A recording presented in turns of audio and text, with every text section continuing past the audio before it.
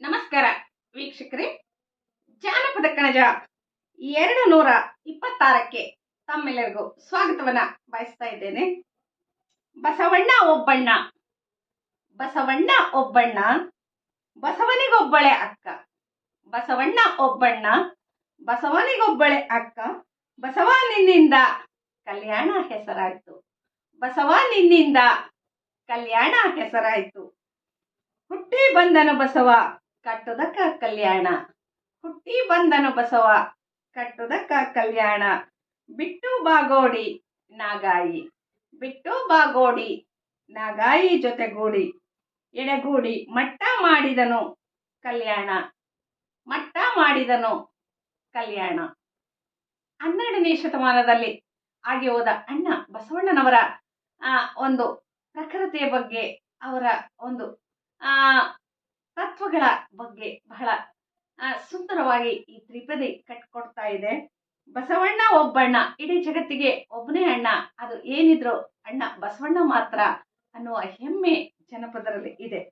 ಬಸವನಿಗೊಬ್ಬಳೆ ಅಕ್ಕ, ಆಕೆ ಬಸವನ ಬಾಗೇವಾಡಿಯಿಂದ ತಮ್ಮನನ್ನ ಕರ್ಕೊಂಡು ಕಲ್ಯಾಣದ ಕಡೆಗೆ ಬಂದಂತಹ ಪ್ರಸಂಗವನ್ನ ಈ ತ್ರಿಪದಿ ಚಾರಿತ್ರಿಕ ದಾಖಲೆಯನ್ನು ನಮಗೆ ಇವತ್ತು ಕೊಡ್ತಾ ಇದೆ. ಯಾಕಾಗಿ ಬಂದ್ಲು ಅನ್ನುವ ಸೂಕ್ಷ್ಮತೆಯನ್ನು ಸಹ ಇಲ್ಲಿ ಹೇಳ್ತಾ ಇದೆ. ಕಲ್ಯಾಣವನ್ನ ಮಟ್ಟ ಮಾಡಿದ್ರು, ಅಣ್ಣ ಬಸವಣ್ಣನವರು ಬಂದು ಕಲ್ಯಾಣವನ್ನ ಮಟ್ಟ ಮಾಡಿದ್ರು ಅಂದ್ರೆ ಆ ಒಂದು ಅಗ್ರಹಾರ ಸಂಸ್ಕೃತಿಯನ್ನ ಹೊಡೆದೋಡಿಸಿ ಬಡಿದೆದ್ದು ಅದು ನನಗ್ ಬೇಕಾಗಿಲ್ಲ ಅಂತೇಳಿ ಈ ಒಂದು ಸರಳ ಬದುಕಿನತ್ತ ಅಕ್ಕನನ್ನ ಕರ್ಕೊಂಡು ಬಂದಂತಹ ಪ್ರಸಂಗವನ್ನ ಇಲ್ಲಿ ನೆನಪಿಸ್ತಾ ಇದೆ ಈ ತ್ರಿಪದಿ. ಕಟ್ಟುದಕ್ಕೆ ಕಲ್ಯಾಣ ಅಂದ್ರೆ ಕಲ್ಯಾಣವನ್ನ ಕಟ್ಟಲಿಕ್ಕೆ ಅಗ್ರಹಾರವನ್ನ ಬಿಟ್ಟು ಅಕ್ಕನ ಜೊತೆಗೆ ಆ ಬಾಗೇವಾಡಿಯನ್ನ ಬಿಟ್ಟು ಕಲ್ಯಾಣಕ್ಕೆ ಬಂದ್ರು ಬಸವಣ್ಣನವರು ಅನ್ನುವ ನಿಜ ಸತ್ಯವನ್ನ ಈ ತ್ರಿಪದಿ ಹೇಳ್ತಾ ಇದೆ. ಜನಪದರಿಗೆ ಬಸವಣ್ಣ ಅಂದ್ರೆ ಎಲ್ಲೋ ಒಂದ್ ಕಡೆಗೆ ಆ 12ನೇ ಶತಮಾನದ ಒಂದು ತತ್ವಗಳು ಏನಿದ್ವಲ್ಲ, ಬಸವ ತತ್ವಗಳು, ಅವೆಲ್ಲವನ್ನ ಮೈಗೂಡಿಸಿಕೊಂಡು ಬದುಕನ್ನ ಕಟ್ಟಿಕೊಂಡು ಅದ್ರ ಜೊತೆಗೆ ತ್ರಿಪದಿಗಳನ್ನ ಕಟ್ಟಿ ಅವರನ್ನ ಮರೆಯದೆ ನೆನಪಿಸ್ತಕ್ಕಂಥದ್ದನ್ನ ನೋಡಿದಾಗ ಬಸವ ತತ್ವ ಅಂತಕ್ಕಂಥದ್ದು ಕೃಷಿ ಮೂಲ ಸಂಸ್ಕೃತಿಯಲ್ಲಿ ಯಾಕೆ ಮೇಳೈಸಿತ್ತು ಅನ್ನುವಂಥದ್ದನ್ನ ನೋಡ್ಬೇಕಾಗ್ತದೆ.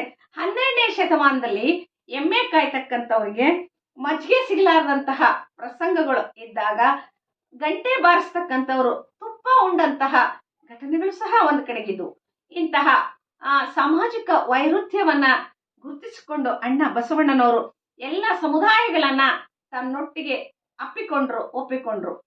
ರಾಜಸತ್ತೆಯನ್ನ ತಿರಸ್ಕರಿಸಿ ಜನಮಾನಸದೆಡೆಗೆ ಬಂದಂತಹ ಪ್ರಸಂಗದಲ್ಲಿ ಅಣ್ಣನವರು ಗುರುತಿಸಿರ್ತಕ್ಕಂಥದ್ದು ತುಂಬಾ ತುಂಬಾ ಸಾಮಾನ್ಯ ವರ್ಗದ ಜನತೆಯನ್ನ. ಗೊಗ್ಗವೇ ಯಾರು, ಕಾಳವೇ ಯಾರು, ಸತ್ಯಕ್ಕ ಯಾರು, ಮುಕ್ತಾಯಕ್ಕ ಯಾರು, ಲಕ್ಕಮ್ಮ ಯಾರು, ಕಕ್ಕಯ್ಯ ಯಾರು, ಮಾದಯ್ಯ ಯಾರು, ಇವರೆಲ್ಲ ತಳ ಸಮುದಾಯದ ಆಯಗಾರಿಕೆಯನ್ನ ಮಾಡ್ತಾ ತಮ್ಮದೇ ಆಗಿರ್ತಕ್ಕಂಥ ವೃತ್ತಿ ಮೂಲ ಒಂದು ಸಮುದಾಯಗಳಾಗಿ ವೃತ್ತಿಯ ಮೂಲಕ ಗುರುತಿಸಿಕೊಂಡಂತಹ ಅಗಮ್ಯ ಚೇತನಗಳು. ಅಂಥವರನ್ನ ಗುರುತಿಸಿ ಗೌರವಿಸಿ ಅವರ ವೃತ್ತಿಗೂ ಸಹ ಬೆಲೆ ಇದೆ. ಅವರಲ್ಲಿ ಯಾರಾದ್ರೂ ಒಬ್ರು ಇಲ್ಲ ಅಂದ್ರೆ ಇಡೀ ಕೃಷಿ ಸಮಾಜ ತೊಂದರೆಗೆ ಒಳಗಾಗ್ತದೆ. ಅವರೆಲ್ಲರ ಸಹಾಯ ಸಹಕಾರದಿಂದ ಕೃಷಿ ಮಾಡ್ಲಿಕ್ಕೆ ಸಾಧ್ಯ. ಅವರೆಲ್ಲರೂ ಪ್ರಮುಖರಾಗ್ತಾರೆ. ಅವರೆಲ್ಲರೂ ನಮ್ಮ ಜನಪದ ಸಮಾಜದ ಒಂದು ಕಂಬಗಳಿದ್ದಾಗೆ. ಕೃಷಿ ಅಂತಕ್ಕಂಥದ್ದು ಒಂದು ದೊಡ್ಡ ಕಟ್ಟಡ ಆದ್ರೆ ಅದಕ್ಕೆ ಆಸುಗಲ್ಲುಗಳಾಗಿ, ಕಟ್ಟಡಕ್ಕೆ ಕಂಬಗಳಾಗಿ ಇಡೀ ತಳ ಸಮುದಾಯದ ಎಲ್ಲ ಜಾತಿ ಸಮುದಾಯಗಳು ಅಲ್ಲಿ ಬಂದಾಗ ಮಾತ್ರ ಆ ಕೃಷಿ ಅಂತಕ್ಕಂತಹ ಕಟ್ಟಡ ಭದ್ರ ಆಗ್ತದೆ. ಅಂತಹ ಒಂದು ವ್ಯವಸ್ಥೆಯ ಒಳಗೆ ಇರ್ತಕ್ಕಂತಹ ಎಲ್ಲ ತಳ ಸಮುದಾಯಗಳಿಗೆ ಗೌರವವನ್ನ ಕೊಡ್ತಾ ಅವರನ್ನ ಅನುಭವ ಮಂಟಪಕ್ಕೆ ಕರೆಸಿ ಅವರಲ್ಲಿ ಚಿಂತನ ಮಂಥನವನ್ನ ಮಾಡಿ ಅವರಿಗೆ ಒಂದು ಜ್ಞಾನ ಸುಧೆಯನ್ನ ಕೊಟ್ಟು ದಾಸೋಹ ಮತ್ತು ಕಾಯಕದ ಅಡಿಯಲ್ಲಿ, ಸಮತಾವಾದದ ಅಡಿಯಲ್ಲಿ, ಸ್ತ್ರೀ ಸಮಾನತೆಯ ಅಡಿಯಲ್ಲಿ ಎಲ್ಲರಿಗೂ ಮುಖ್ಯವಾಹಿನಿಗೆ ತಂದಂತವರು ಬಸವಣ್ಣ ಅಂತಕ್ಕಂಥದ್ದನ್ನ ಬಹಳ ಸುಂದರವಾಗಿ ಈ ತ್ರಿಪದಿ ನಮಗೆ ಹೇಳ್ತಾ ಹೋಗ್ತದೆ. ದಾಸೋಹಿ ಬಸವಣ್ಣ ದಾಸೋಹ ಕಲಿಸಿದನು. ದಾಸೋಹಿ ಬಸವಣ್ಣ ಆ ದಾಸೋಹವನ್ನ ಕಲಿಸ್ತಾ ಬಂದ ಅಂತೇಳಿ ನಮ್ಮ ಜನಪದರು ಹೇಳ್ತಾರೆ. ಓದಿದ ಬಸವ ವೇದಾದೊಳು ಹುಸಿ ಎಂದು ಅಂತೇಳಿ ಒಂದ್ ಕಡೆಗೆ ಹೇಳ್ತಾರೆ. ಹಾಗೇನೆ ಬಸವನೆಂದರೆ ಬಸವನೆಂದರೆ ಜಗವೇ ದೆಸೆ ದೆಸೆಗೆ ಹೊರಳುವುದು. ಬಸವನೆಂದರೆ ಜಗವು ದೆಸೆ ದೆಸೆಗೆ ಹೊರಳುವುದು ಅಂತ ಹೇಳಿ ಮತ್ತೊಂದು ಕಡೆ ಹೇಳ್ತಾರೆ. ಬಸವಣ್ಣನ ನೆನೆದ್ರೆ ಪಾಪನೇ ಪರಿಹಾರ ಆಗ್ತದೆ ಅಂತೇಳಿ ಜನಪದ ಸಮಾಜ ಹೇಳ್ತದೆ. ಬಸವನೆಂದರೆ ಪಾಪ ದೆಸೆ ದೆಸೆಗೆ ಹೋಗುವುದು, ದೆಸೆಗೆಟ್ಟು ಹೋಗ್ತದೆ ಪಾಪ ಬಸವ ಅಂದ ತಕ್ಷಣ. ಅಂದ್ರೆ ಆ ಬಸವ ಮಂತ್ರದಲ್ಲಿ ಇರ್ತಕ್ಕಂತಹ ನಿಷ್ಠತೆ ಏನಿತ್ತಲ್ಲ, ಆ ಕಾಯಕಕ್ಕೆ ದಾಸೋಹಕ್ಕೆ ಎಲ್ಲರೂ ಮಣಿಲೇಬೇಕಾಗಿತ್ತು. ಕಾಯಕದಲ್ಲಿ ನಿರತರಾಗಿ ನಿಷ್ಠೆಯಿಂದ ಬದುಕನ್ನ ಮಾಡಿದ್ರೆ ಇಡೀ ಜಗತ್ತೇ ನಮ್ಗೆ ಗೌರವ ಕೊಡ್ತದೆ. ಆಗ ನಮ್ಮ ಕಾಯಕ ನಿಷ್ಠೆನೆ ನಮ್ಮ ಆತ್ಮಾಭಿಮಾನ, ನಮ್ಮ ಸ್ವಾಭಿಮಾನಕ್ಕೆ ಅದು ಕೀರ್ತಿ ಕಳಶ ಇದ್ದಾಗೆ. ನಾವು ಬದುಕನ್ನ ಕಟ್ಟಿಕೊಂಡು ಸರಿಯಾದ ಮಾರ್ಗದಲ್ಲಿ ನಡೆದಾಗ ತನ್ನಷ್ಟಕ್ಕೆ ತಾನೇ ಗೌರವಗಳು ಆದರಗಳು ಸಿಗ್ತವೆ ನಮಗೆ ಅನ್ನೋ ಒಂದು ಆತ್ಮಸ್ಥೈರ್ಯವನ್ನ ತಂದು ಕೊಟ್ಟಂತಹದ್ದು ಬಸವ ತತ್ವ. ದಲಿತರಿಗೆ ಬಾಯಿಯನ್ನ ಕೊಟ್ಟಂತಹ ಮೊದಲ ಒಂದು ತತ್ವ ಏನಿದೆ ಅಂದ್ರೆ ಅದು ಬಸವ ತತ್ವ ಅಂತೇಳಿ ನಾವು ಕರ್ಕೊಳ್ಬೇಕಾಗ್ತದೆ. ಅಂತಹ ಬಸವ ತತ್ವದ ಮೂಲಕ ದಲಿತರು ಹಲವಾರು ವಚನಗಳನ್ನ ಕಟ್ಟಿದ್ರು.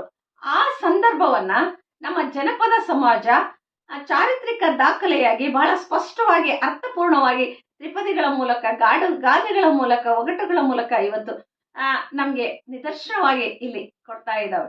ಯಾವುದೇ ಒಂದು ಜೋಗಳದ ಹಾಡು ತಗೊಳ್ರಿ, ಮೈನರ್ತ ಹಾಡು, ಹೊಸಗೆ ಹಾಡು, ಅಲ್ಲೆಲ್ಲವೂ ಸಹ ಎಲ್ಲ ಕಡೆಗೂ ಇದೇ ಒಂದು ಬಸವಣ್ಣ ನೀಲಮ್ಮ ಬಂದ್ರು, ತೊಟ್ಲು ತಂದ್ರು, ತೂಗಿದ್ರು, ಈ ತರದ ಒಂದು ನಿದರ್ಶನಗಳನ್ನ ನೋಡಿದಾಗ ಜನಪದ ಸಮುದಾಯಕ್ಕೆ ಶರಣರ ಒಂದು ಪ್ರಕೃತಿಯ ವಿಚಾರಧಾರೆಗಳು ಹೇಗೆ ಮುಖಾಮುಖಿಯಾದವು, ಅವರು ಹೇಗೆ ಅವನ್ನೆಲ್ಲವನ್ನ ಅನುಷ್ಠಾನಗೊಳಿಸ್ತಾ ಆಡ್ತಾ ಹೊಗಳ್ತಾ ತಮ್ಮ ಒಂದು ಜೀವನ ಅನುಭವದ ಬದುಕಿನಲ್ಲಿ ಅವರನ್ನ ನೆನೆಸ್ತಾ ಈ ತರದ ತ್ರಿಪದಿಗಳನ್ನ ಕಟ್ಟಿಕೊಳ್ತಾ ಇವತ್ತಿಗೂ ಸಹ ನಮ್ಗೆ ಇವೆಲ್ಲವನ್ನ ಆ ಒಂದು ಚಾರಿತ್ರಿಕ ದಾಖಲೆಯ ಆಸ್ತಿಯಾಗಿ ನಮ್ಗೆ ಕೊಟ್ಟಂತಹ ಜನಪದ ಸಮಾಜವನ್ನ ನಾವು ಅಕ್ಷರ ಅರಿಯದ ಜ್ಞಾನಿಗಳು, ಪಂಡಿತರು ಅಂತೇಳಿ ಕರೆಯೋದ್ರಲ್ಲಿ ತಪ್ಪಿಲ್ಲ ಅಂತೇಳಿ ನನಗೆ ಅನಿಸ್ತದೆ. ಧನ್ಯವಾದಗಳು.